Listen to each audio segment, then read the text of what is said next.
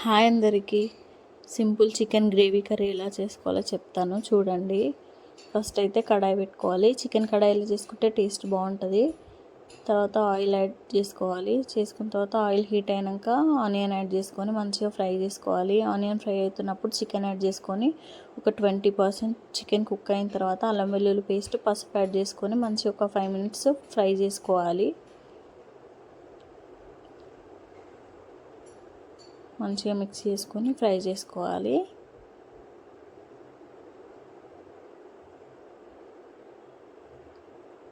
తర్వాత కొత్తిమీర ఇంకా కరివేపాకు యాడ్ చేస్తున్నాను. నేను ముందే లాస్ట్లో యాడ్ చేయట్లేను, ఎందుకంటే ఫ్లేవర్స్ దాంట్లో దిగితే బాగుంటుంది.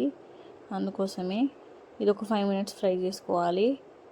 చేసుకున్న తర్వాత 3 spoons కారం యాడ్ చేసుకోవాలి. 2 spoons సాల్ట్ యాడ్ చేసుకోవాలి.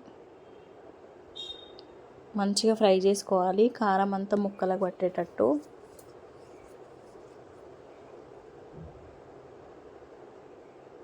ఆయిల్ సెపరేట్ అయ్యే వరకు ఫ్రై చేసుకొని కావాల్సినంత వాటర్ యాడ్ చేసుకోవాలి.